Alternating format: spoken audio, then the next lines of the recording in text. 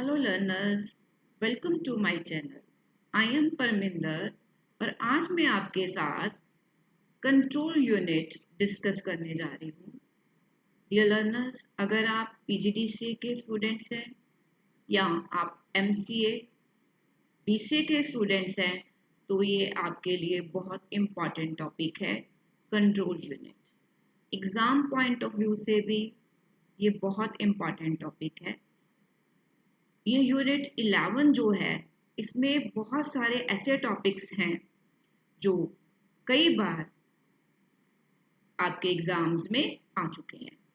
अगर आप after PGDCA या एमसीए बीसीए के बाद किसी भी कॉम्पिटिशन्स में जाते हो तो ये क्वेश्चंस वहाँ पर भी आते हैं।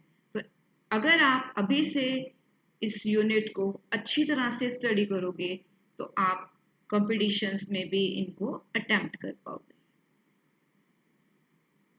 सो फर्स्ट ऑफ ऑल मैं आपको ये भी एडवाइस करना चाहती हूँ कि जैसे कि आपको पता है कि एग्ज़ाम्स बहुत नियर हैं, तो अगर आप अपने एग्ज़ाम में अच्छे मार्क्स लेना चाहते हो तो आप अभी से अपनी प्रिपरेशन स्टार्ट कर दो, क्योंकि इग्नू की जो एग्ज़ाम्स हैं वो जो लर्नर्स हैं तभी अच्छी तरह से क्वालिफाई कर पाते हैं अगर वो पहले से ही इसकी जो है वो प्रिपरेशन करते हैं, राइट।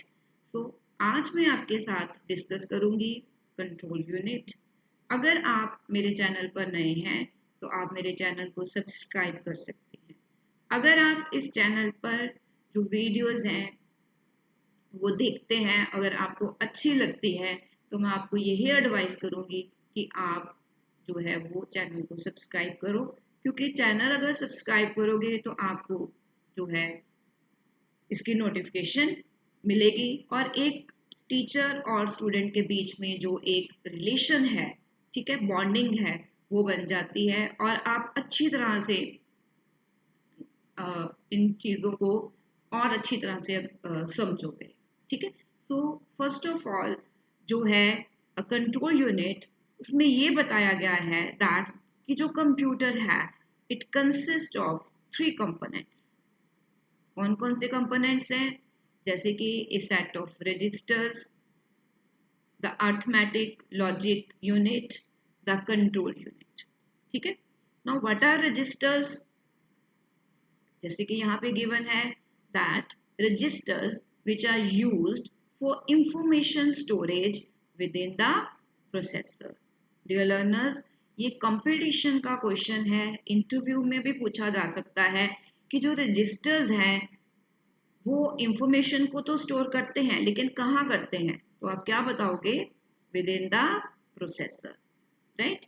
सो जो हमारे कंप्यूटर है उसके जो बेसिक 3 कंपोनेंट्स हैं उसमें रजिस्टर्स है, देन अर्थमेटिक लॉजिक यूनिट है एंड नेक्स्ट कंट्रोल यूनिट है। सो ऑल दीज कंपोनेंट्स, जितने भी ये 3 कंपोनेंट्स हैं, ये किसके साथ कनेक्टेड होते हैं? इंटरनल बस के साथ कनेक्टेड होते हैं। The role of the control unit is to ensure that an instruction gets executed as per the sequence of microoperations for that instruction. तो जो कंट्रोल यूनिट है उसका क्या रोल है? ये इंश्योर करना कि जो इंस्ट्रक्शन है वो as per the micro operations क्या होती है? एग्जीक्यूट होती है। Now what are micro operations? Micro operations के बारे में भी आपको पता होना चाहिए। So the micro operations performed by the processor can be classified as, ये भी एक इंटरव्यू का क्वेश्चन है, कंपटीशन का क्वेश्चन कह सकते हो कि जो प्रोसेसर है वो माइक्रो ऑपरेशंस को परफॉर्म करता है, ठीक है। तो उनको हम 2 टाइप्स में डिवाइड करते हैं। One is micro operation for data transfer from register to register, ठीक है, कि जो data register to register transfer होता है, रजिस्टर से मेमोरी में ट्रांसफर होता है, या इनपुट आउटपुट रजिस्टर में जो है वो क्या होता है? ट्रांसफर होता है। और दूसरी माइक्रो ऑपरेशंस कौन सी होती हैं? माइक्रो ऑपरेशंस जिसमें हम कुछ ऑपरेशंस परफॉर्म कर सकते हैं, जैसे arithmetic operations, logic, shift operation. So these micro operations involve use of register. तो ये माइक्रो ऑपरेशंस जो हैं वो किसको इन्वॉल्व करते हैं इनपुट आउटपुट के लिए? रजिस्टर्स को.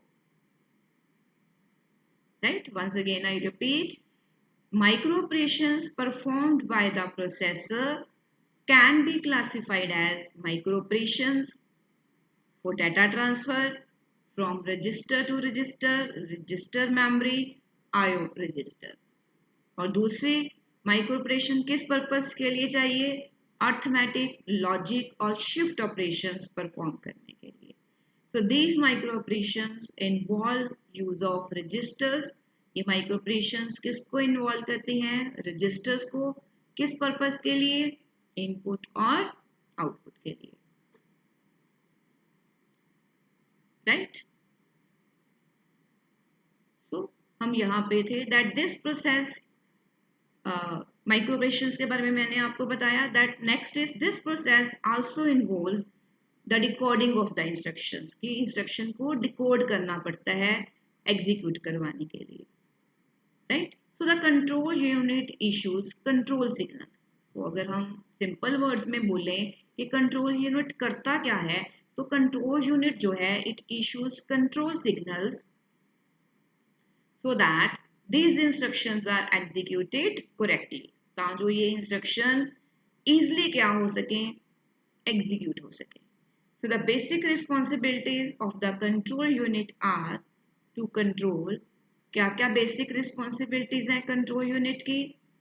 Number 1, the data exchange of the processor with the memory और आईओ मॉड्यूल्स और इंटरफेसेस. मैंने आपको 3 थिंग्स बताई कि जो मेन रिस्पॉन्सिबिलिटी है कंट्रोल यूनिट की वो क्या है?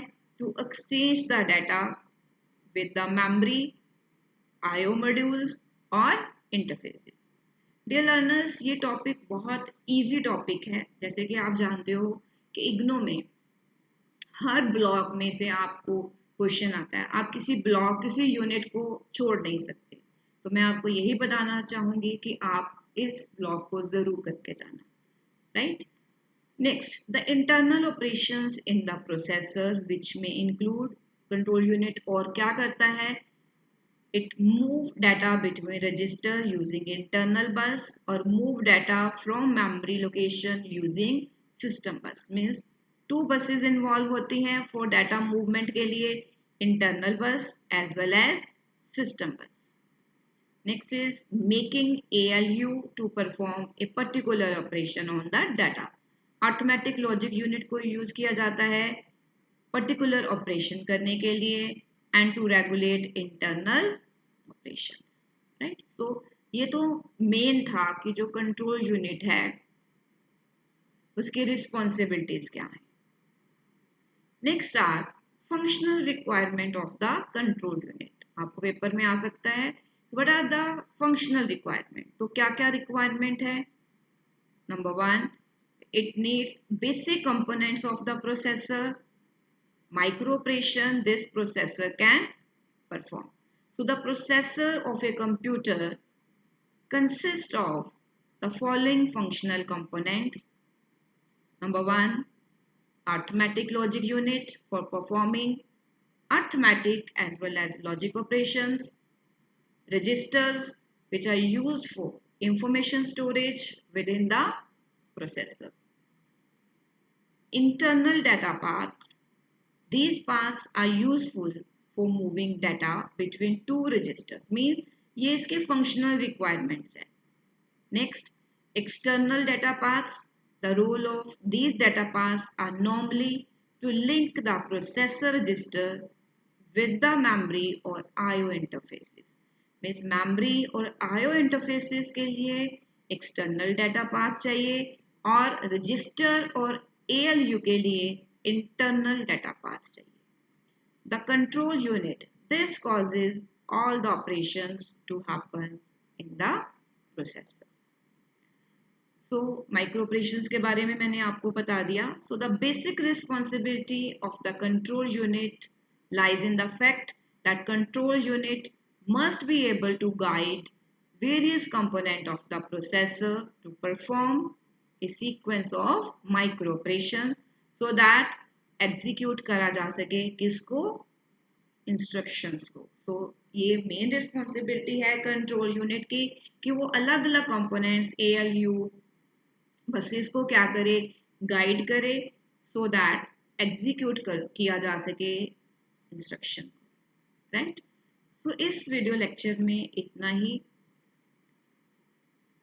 तो मैंने अभी आपको कंट्रोल यूनिट के बारे में बताया, उसकी रिस्पॉन्सिबिलिटीज के बारे में बताया और फंक्शनल रिक्वायरमेंट्स के बारे में बताया.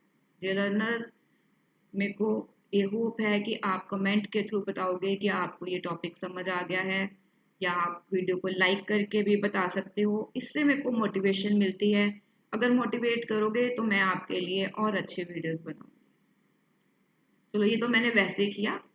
अगर आप लाइक नहीं भी प्रेस करोगे तो भी वीडियोस तो हैं वो मैं बनाऊंगी. हो सकता है किसी एक स्टूडेंट की जो है मैं हेल्प कर सकूं. Thanks a lot. All the best.